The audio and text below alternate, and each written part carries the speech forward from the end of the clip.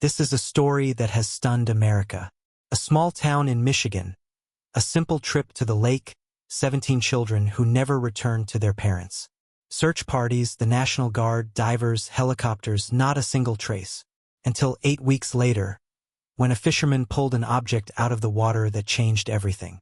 Today, we will reveal the terrible truth that is revealed only when it seems that nothing is left, but only a mother's love remains.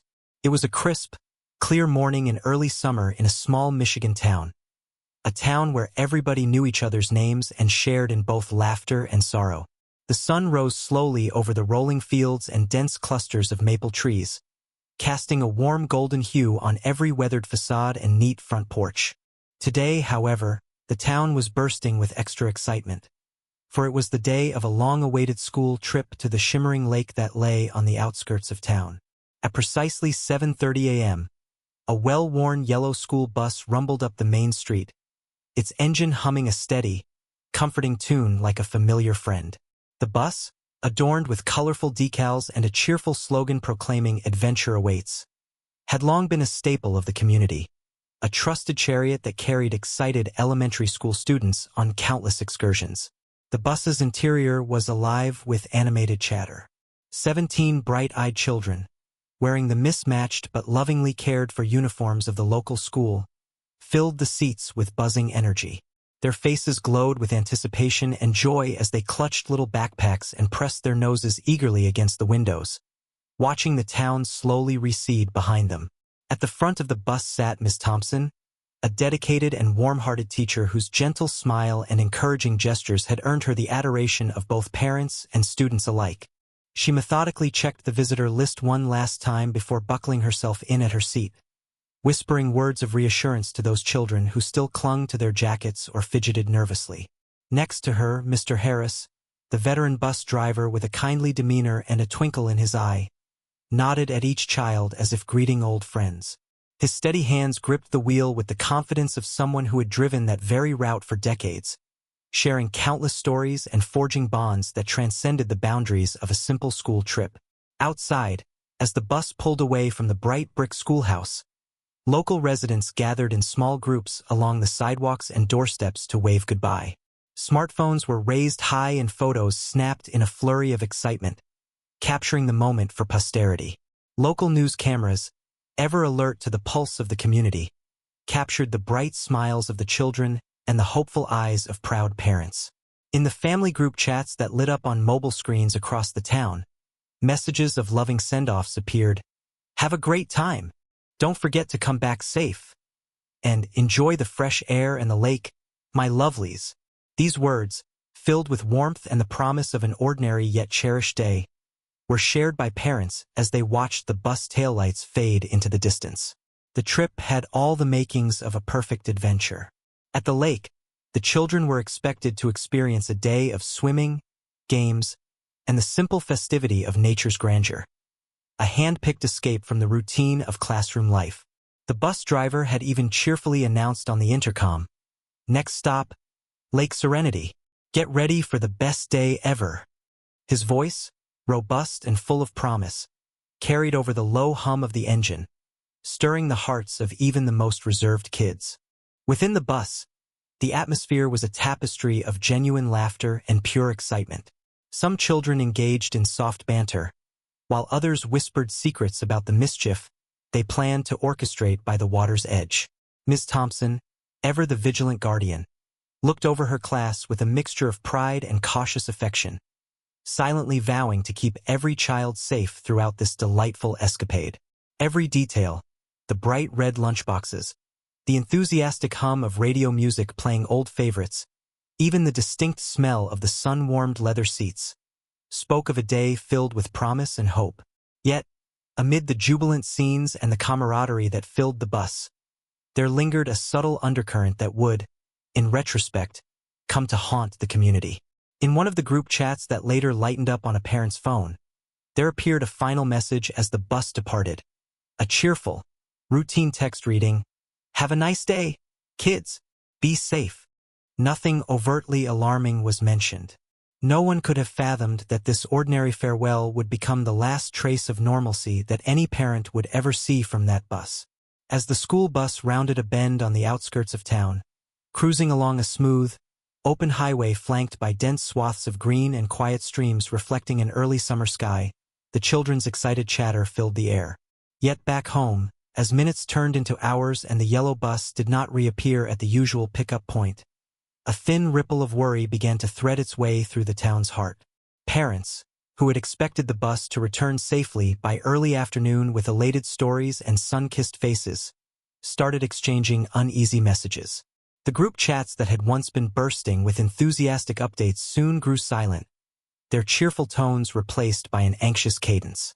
The initial gamble of a normal school trip, so filled with smiles and laughter, was now gradually being overshadowed by a creeping, inexplicable uncertainty. And so began a day that would soon spiral into an unspeakable tragedy. The day that shook America, leaving a small town in Michigan grappling with a mystery too devastating to comprehend. In the quiet after the bus vanished, every whispered prayer from a parent and every tear shed by a waiting child became the prelude to a nightmare. The laughter that once filled the bus had been silenced, replaced by a void where hope once resided, and the painful questions would begin to echo in the hearts of everyone who believed that a day of innocent adventure could only bring joy. What was meant to be a day of pure, unbridled joy soon turned into a scene of bewildering terror and despair. Hours passed after the bus left, and the sleepy town began to stir with an unsettling realization. There was no sign of the school bus returning. By mid-afternoon, when the warm light of early summer had begun to wane, anxious messages started flooding the parent group chats. At first, a few assumed there was a harmless delay, but soon, as silence reigned where laughter and chatter were expected, dread gripped every heart in that tight-knit community. Parents watched the empty road with incredulous eyes, waiting for a glimpse of the familiar yellow bus that had carried their precious children away that morning. Instead, only a deserted highway stretched out before them, its surface betraying nothing. No tire tracks, no displaced earth near the roadside, not even the faint scent of spilled fuel. It was as if the bus had evaporated into thin air. Panic began to ripple through the town like an infectious cold. Families convened at local diners and town halls, their voices trembling as they exchanged worried glances and frantic calls to local authorities. Within an hour of the unreturned bus, local law enforcement mobilized. Dozens of police cars converged on the school grounds, their flashing lights painting the schoolyard in a surreal, staccato red and blue. Helicopters were scrambled, their rotors thundering against the quiet hum of the late summer day, while divers and search teams fanned out to scour the lake shore, the forests, and every possible hideaway around the anticipated route. The National Guard was even alerted as the crisis escalated beyond the capacity of local responders. Early news reports on local television and radio filled the airwaves with urgent updates.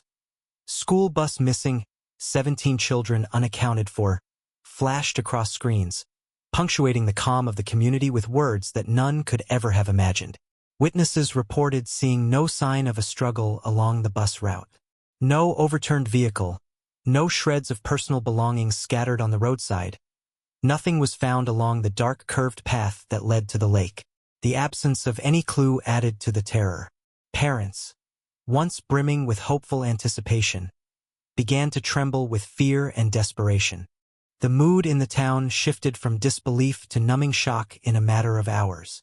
On the third day after the bus's disappearance, the town was gripped by a dissonant silence turned chaotic by muted sobs and urgent whispers.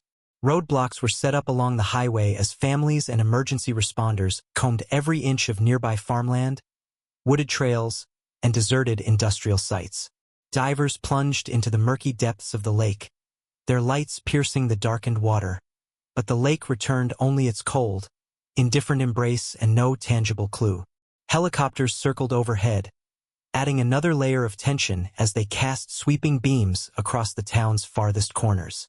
In community meetings held in cramped town halls and over crackling public address systems, officials begged for calm even as angry, terrified parents demanded answers. "Where are our children?"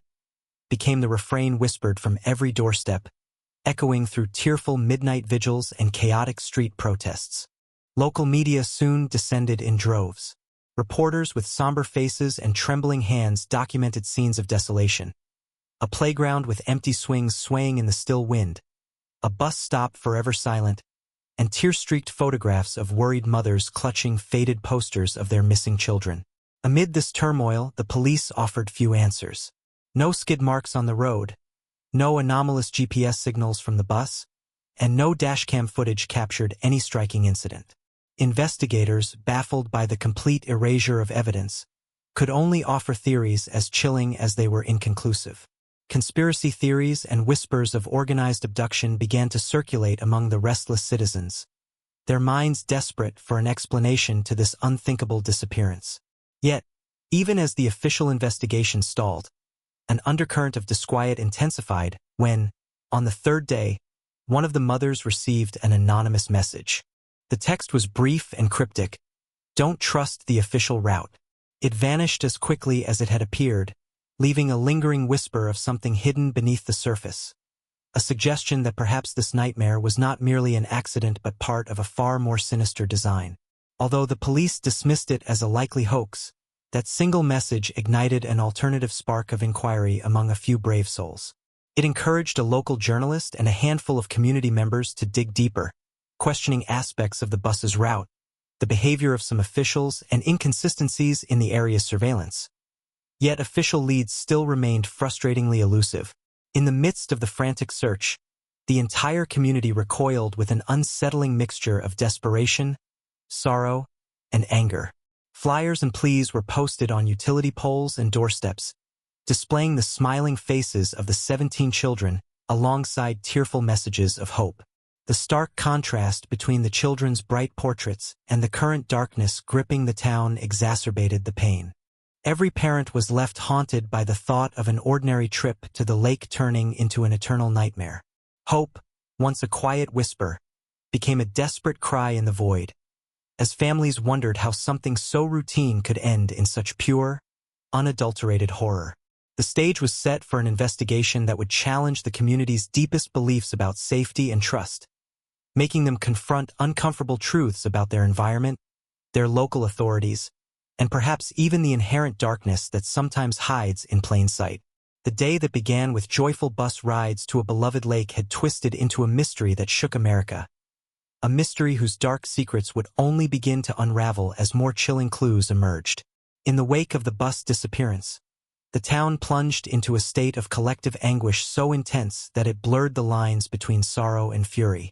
In small kitchens and crowded living rooms, parents huddled together, their faces etched with grief and disbelief.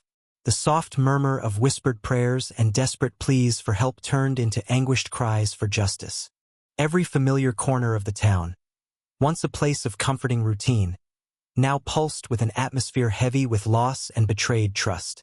At community meetings held in the cramped town hall, the air vibrated with anger as families demanded answers that the police could not provide. The boards and banners that had once celebrated the school bus trips now bore messages scrawled in tear-stained handwriting. "Where are our children? And we demand truth now." Mothers, fathers, and even older siblings, clutching faded photographs of laughing children and memories of happier days, filled the hall with a clamorous insistence on accountability.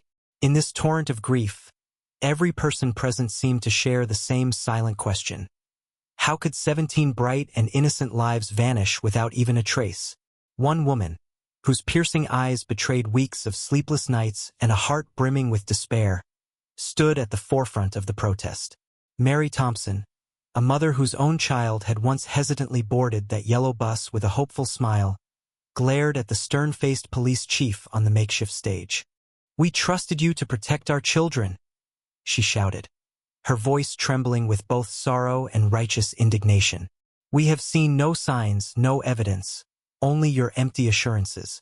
Our children deserve to be found, and we won't rest until every stone is turned."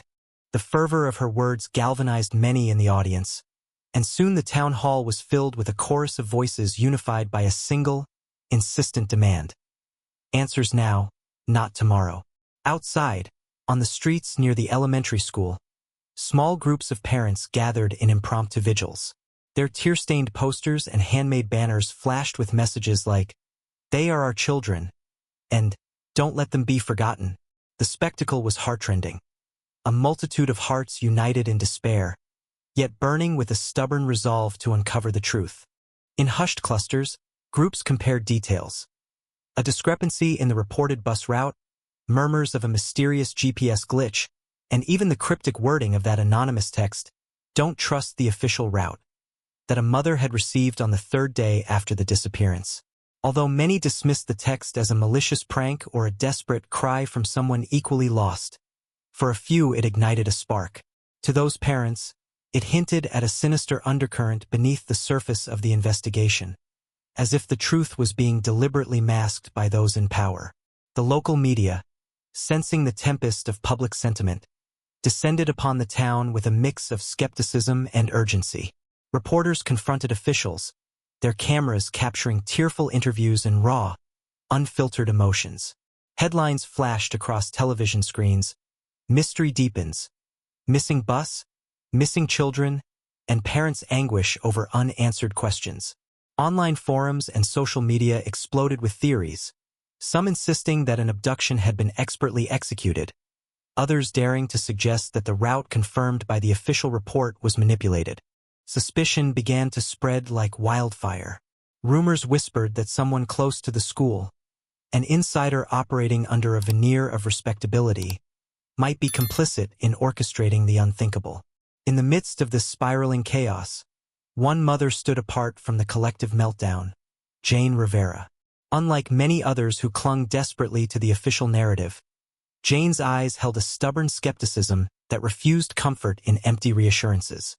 "I cannot believe that a routine bus trip would result in such an absence without a trace," she confided to a sympathetic reporter. "Something is terribly wrong. I received an anonymous message, just once. A message that claimed, 'Don't trust the official route.' That message hasn't been mentioned in any of the press conferences. If one piece of the puzzle is hidden, how many more are there?" Jane's insistence on pursuing the truth resonated with a small band of parents who began their own quiet investigations, collecting fragmented details from bus logs, GPS data, and even unexplained delays reported by the bus company. Her conviction turned into an alternative investigation. She reached out to local journalists, urging them to look beyond the sanitized version of events. "I know it sounds wild," she admitted in a hushed tone over the phone, "but if there's even a hint that our children weren't taken along the official route, then we must dig deeper. We owe it to them." While some parents were paralyzed by despair and resigned to the notion that the tragedy might be inexplicable, others, like Jane, channeled their grief into an unyielding quest for answers. Late at night, in the darkness punctuated by the glow of a single lamp and the steady hum of a frightened town, their whispered conversations turned rapidly into plans. They started sharing details, sending anonymous tips, and searching through the scant evidence that law enforcement had inadvertently left behind. Every anomaly, no matter how minor, a slight deviation in the bus's expected timeline, a gap in the video surveillance, an odd blip in the GPS records, became a potential clue in their hastily curated puzzle. Across town, anger boiled into a quiet, simmering fury. The parents, facing what they perceived as an indifferent system, began to suspect that the official investigation might be more than a case of chance occurrence. Behind the tightly knit facade of civic duty and community service, some wondered if a hidden agenda or even professional negligence was involved. The police, caught between public demand and the weight of their own limited evidence, found themselves the target of increasing scrutiny. Public pressure mounted daily, and the cries for justice grew louder with each passing moment of uncertainty. In this turbulent maelstrom, the town's grief manifested as both a collective lament and as a fiery cry for answers, for accountability, and for even a single ray of hope that would lead to the return of the missing children. The despair and anger were palpable in every corner of the haunted town, setting the stage for the revelations that would come later. Revelations that promised to change everything, even as the parents clung desperately to the belief that every child deserves to be found. In the chaos that enveloped the town during the first few perilous days, when each unanswered cry for the missing children deepened the collective despair, one night brought a flicker of sinister hope for those determined to find the truth. It was on the third night after the disappearance, a night when the weary hearts of parents had sunk to the lowest ebb, that Jane Rivera, one of the distraught mothers, received an unexpected text message on her aging flip phone. In the quiet isolation of her dimly lit kitchen, with only the hum of the refrigerator and the low murmur of rain against the windowpane for company, she felt a sudden vibration in her pocket. With trembling hands, Jane unlocked her phone and glanced at the message. A single, stark sentence that read, "Don't trust the official route." Before she could even process the gravity of the words, as if fearful of the consequences of leaving any digital trace, she hesitated and then deleted the message. Yet the impact burned within her. The brevity and urgency of that anonymous warning sent shivers of foreboding through her soul. Jane was no stranger to the bureaucratic assurances given by local law enforcement, but now this cryptic message, arriving like a whisper of rebellion from the shadows, hinted at secrets that the official narrative had carefully concealed. Deep into the night, while most families lay sleepless in their anguish, Jane replayed the message in her mind. It wasn't just a random text. It was a call to question everything. Convinced that fate had thrust this clue into her hands, she knew she could no longer sit idly by. Determined to break through the veil of uncertainty, Jane reached out to Mark Landers, a seasoned local journalist renowned for his dogged investigations and a reputation for unmasking uncomfortable truths. Mark had earned respect in the community by exposing local scandals in the past, and his calm intensity made him exactly the person Jane needed on her side.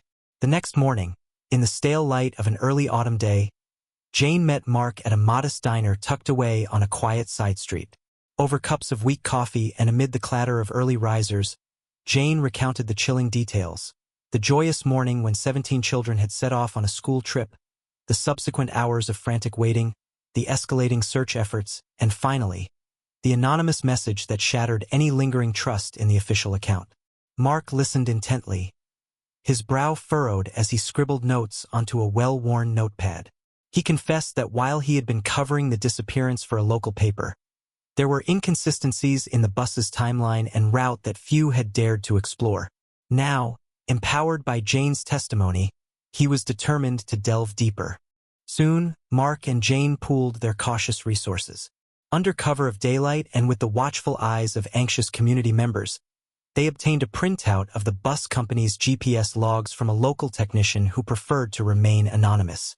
Spread out on a sticky diner table, amidst the splattered condensation from their coffee cups, the GPS data told a perplexing story.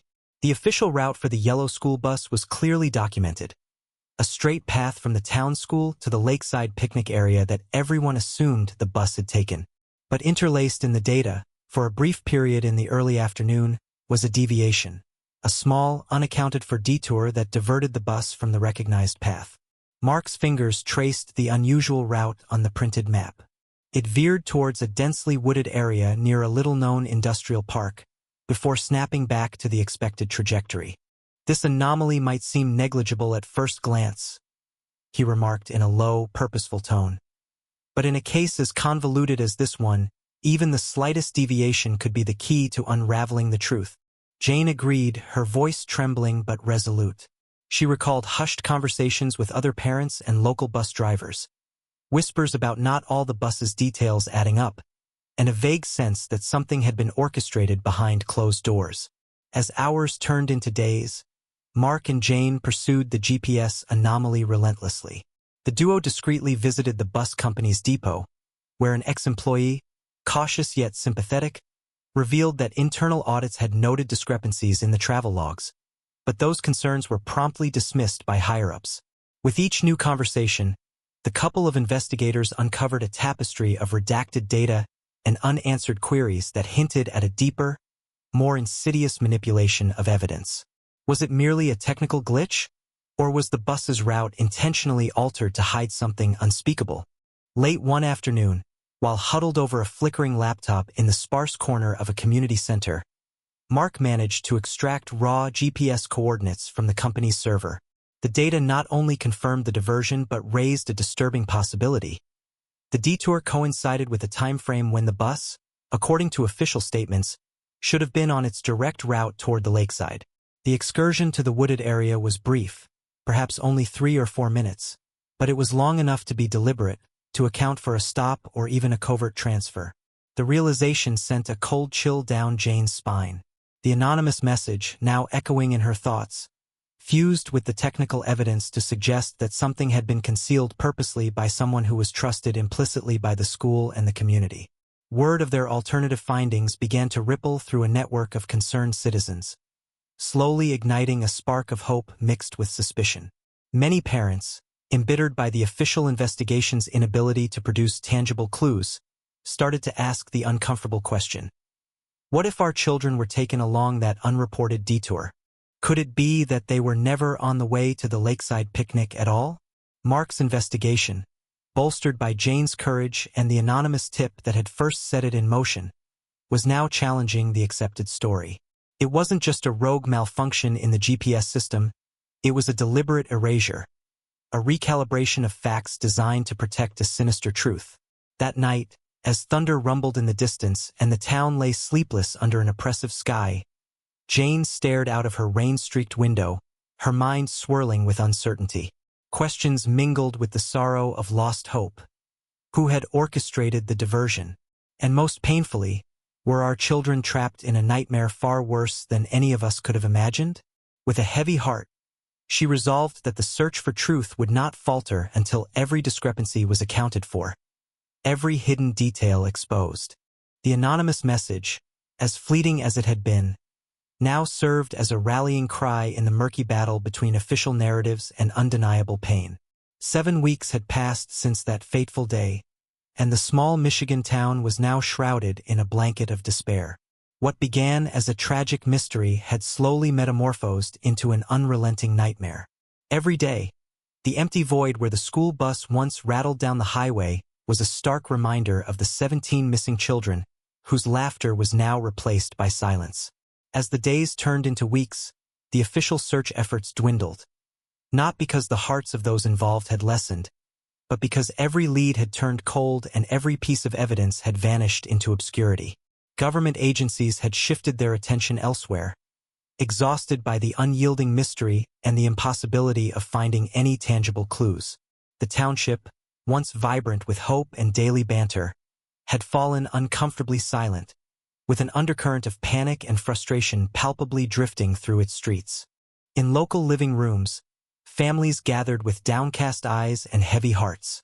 Mothers wept quietly in the night, fathers sat in disbelieving silence, and older siblings could only exchange haunted glances over dinner tables lined with half-eaten meals. The community meetings that had started with impassioned cries for answers now devolved into sullen gatherings where the questions, "Where are our children?" and "Why have they never been found?" echoed in the stale air like the refrain of an endless dirge. In every local cafe and on every worn park bench, word spread in whispered rumors and resentful accusations. The inefficacy of the investigation gnawed at the townspeople's collective spirit, and suspicion began to corrode the trust they once held for their authorities. The once bustling public squares had transformed overnight into hubs of sorrow and bitter resignation.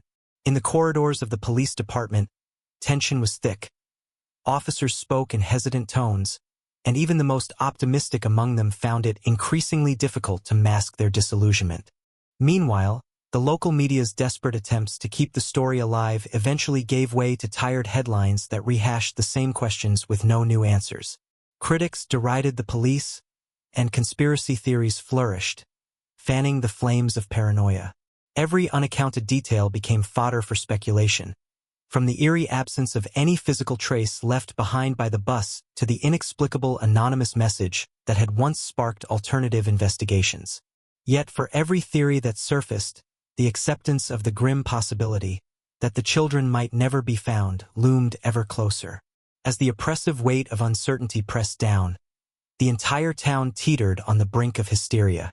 In local gatherings that morphed into impromptu vigils on cold, gray nights, neighbors held candlelight processions and prayed for a miracle, their voices raised in broken harmonies of hope and grief. Their days were measured by the slow drip of time and the painful absence of once familiar milestones. A birthday card never received, a school picture never delivered, a playground no longer echoing with the sound of joyous youth. The town had become a portrait of collective mourning, with each window reflecting a family's steady, haunted vigil. Then, as if fate had chosen that very moment to intercede amid the sorrow, on what was heralded as the last day of the fishing season, an unexpected figure emerged from the misty shores of the lake. In the early light of a humid morning, when the overcast sky met a quiet, shimmering surface of water, a solitary fisherman appeared. He was not a man of renown nor one typically drawn to the headlines of tragedy. Instead, he was an unassuming resident whose life had been defined by simple routines. A man who, season after season, made his modest living on the lake's fickle fortunes. That day, however, his presence would take on a significance far beyond the daily ritual of casting a net. With grease-smeared hands and a weather-beaten hat shading his eyes, the fisherman stepped cautiously down onto the cracked, muddy bank. His expression was distant, as if burdened by the weight of many years spent in silence and solitude on these waters. For him, this was simply the final day of a season, a customary farewell to the lake before the cold grip of winter set in. Yet, as he began to haul in his nets, his every movement carried an understated gravity. A sense that, amidst all the futility and despair, nature might yet yield a final, decisive clue to the nightmare that had gripped the entire town. A soft splash, the creak of old wood, and the rhythmic rustle of water over pebbles provided the only score to a day that had seemed destined for mourning. Unbeknownst to him, his modest act of perseverance was about to puncture the suffocating veil of hopelessness, interrupting the lull of resignation that had come to define life in this grieving community. The solitary figure, silhouetted against the dim morning light, was unaware that his mundane task was fated to alter the course of a mystery that had left parents longing, detectives stumped, and a nation in shock. In the heavy silence of that moment, as the fisherman prepared to cast his net one last time, the quiet determination of a single man on the brink of an ordinary season was poised to intersect with a truth so profound it would shake the very foundations of the town. 8 weeks had passed since the harrowing disappearance, and while despair had long settled over the small Michigan town, fate had one more twist in store. A twist that would shatter the grim silence and force a long-buried truth into the light.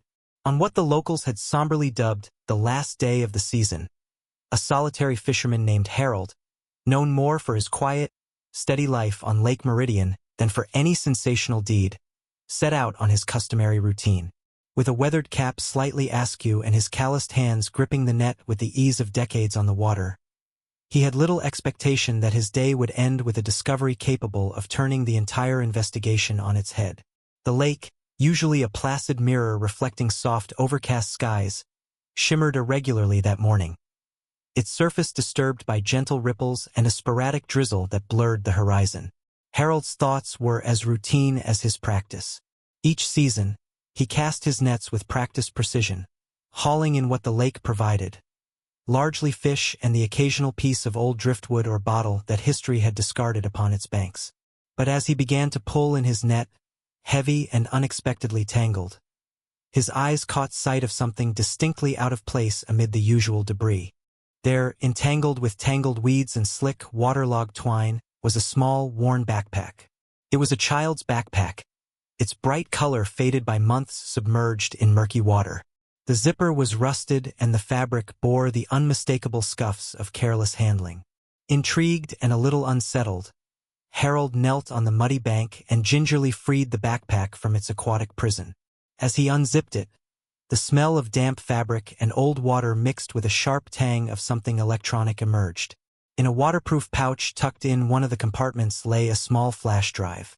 The sight of it, so incongruous and yet so chillingly normal, sent a shiver down his spine.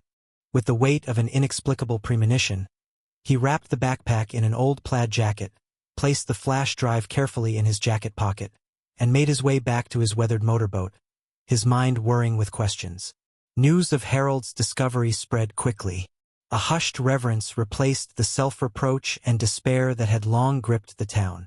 Local law enforcement and a cadre of investigative journalists convened at the lake's edge to examine the evidence. In a makeshift lab set up in one of the county offices, forensic experts carefully connected the flash drive to a secure laptop. Moments later, on a flickering monitor, emerged a startling piece of evidence. A 3-minute video recording, unmistakably captured by a camera installed on the school bus. The video was grainy, its footage intercut with natural light and flash bursts from a passing helicopter, but it spoke volumes. The first few seconds showed the bus rolling steadily on what appeared to be the official route toward Lake Serenity. The familiar yellow exterior and cheerful decals unmistakable. But then, in an unexpected twist, the recording picked up a sudden deviation in the course. The bus inexplicably turned off its designated path, heading toward a narrow, tree-lined road that faded into a less-traveled area. As the bus slowed for what seemed like a scheduled stop, the camera focused on the surroundings. A stretch of road lined with dense, whispering foliage, the silence of morning punctuated only by an occasional rustle. And then, in a moment that made every investigator's blood run cold, the footage showed a solitary figure standing in the middle of the road. Cloaked in the early morning shadows, the figure was unmistakable. A person wearing nondescript clothing, but more strikingly, holding what appeared to be a pistol. The camera jittered slightly as the bus passed. The shadowy face of this unknown individual remained front and center, staring into nothingness or perhaps searching for something unspeakable. The duration of this recording, barely 3 minutes, was enough to leave behind more questions than answers, but it provided a concrete, irrefutable piece of evidence that the bus had not followed its official route, and that a deliberate stop had been made for reasons unknown. As the montage of images played over and over, a heavy murmur passed through the gathered crowd. Rumors, once speculative in nature, now found a semblance of truth in the digital evidence. Parents, hardened by months of heartache, clutched each other as the video unfolded before their eyes. The anonymous message that one desperate mother had received, "Don't trust the official route," resonated now with undeniable clarity. Questions began to crystallize. Who was meant to intercept that bus? Had the children been forcibly diverted? And who was the enigmatic figure with the pistol, standing as if to guard a dark secret along that hidden side road?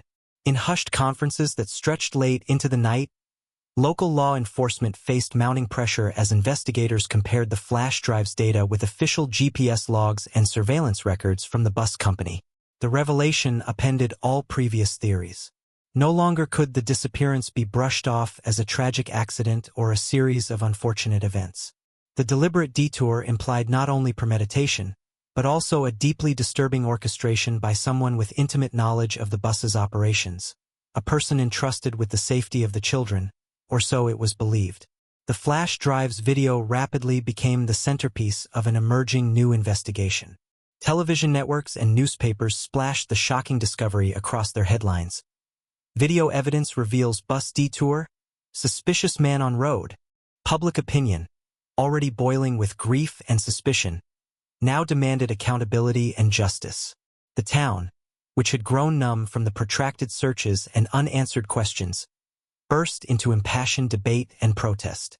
Parents, advocates, and even local politicians rallied around the call for a full and transparent review. In conversation, whispers turned into resounding claims. The answer was always closer than we thought. It was hidden in plain sight. For many, the fisherman's surprising act of uncovering the child's backpack, and the flash drive hidden within, was viewed as the turning point in a nightmare that had gripped America for weeks. The evidence offered both the agony of confirmation and the faint glimmer of hope that the fate of the missing children was no longer shrouded entirely in mystery. But as the screen continued to display those fleeting, unsettling images, a deviation from the approved route, a solitary figure with a pistol, the truth promised to rip open the layers of deceit that had kept so many in darkness. In the wake of the explosive new evidence, the grim mystery that had haunted the town finally began to yield its darkest secret. As investigators re-examined the flash drive's video and pieced together the discrepancies in the bus's GPS data, a chilling pattern emerged, one that pointed not to a random abduction or an opportunistic crime by unknown outsiders, but to someone trusted implicitly by the community. An intensive forensic review of the bus records, coupled with discrete financial audits and surveillance footage from the school, revealed a network of irregularities. At the center of this hidden web was the school director, a man revered by parents and teachers alike, whose warm smile and reassuring presence had forever cloaked a sinister agenda. Principal Anderson was the man they had all believed dedicated solely to the welfare of their children. In meticulously hidden files discovered from an encrypted folder on a school computer, investigators uncovered evidence of a covert adoption scheme linked to foreign agencies. Under the guise of legitimate foster care and overseas adoption programs, Anderson had orchestrated a fraudulent network, illegally funneling some of the school's most vulnerable children away from their families. The strategy was as cunning as it was heartless. He had manipulated the school bus route by programming a short, unexplained detour, a route deviation designed to facilitate the silent abduction of those children. The video from the flash drive, grainy yet damning, captured a brief moment when the bus strayed from its mapped itinerary. It showed the vehicle slowing along a narrow, tree-lined road, where for a few eerie minutes, the camera recorded a solitary figure. That figure, shrouded in shadows, appeared not to hinder the bus's progress, but to supervise the diversion. Later evidence confirmed that this man was indeed working under Anderson's orders. He was tasked with ensuring that the diversion occurred without immediate detection, and he even brandished a pistol, a calculated display meant to deter any questions. As the investigation unfurled, an uneasy truth settled over the town. Anderson had exploited his position of authority to enroll children into a dark business masquerading as a charitable adoption initiative. The financial records revealed irregular payments, bribes to certain officials, and forged documents that enabled the illegal transfer of minors. Though law enforcement managed to rescue several of the abducted children over the following days, not every child was immediately recovered. Maria, a mother whose child had been missing and then recovered, sat trembling on a plastic chair at a table arranged for reunions. Her eyes, red from endless nights of crying and worry, lifted as a volunteer ushered a small, timid figure into the room. The noise of hushed conversations stilled as Maria's heart pounded in her chest.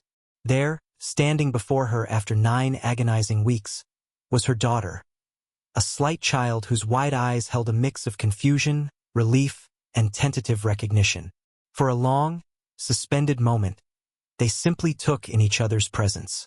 Then, as tears spilled down both their cheeks, Maria wrapped her arms around her child in a desperate embrace, one that spoke of unbearable suffering, unyielding maternal love, and a fragile, precious hope reborn from the depths of despair.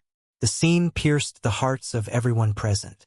While some children had already been reunited with their families, the recovery of a few was enough to prove that the darkness could be challenged, that every lost child was still worth fighting for.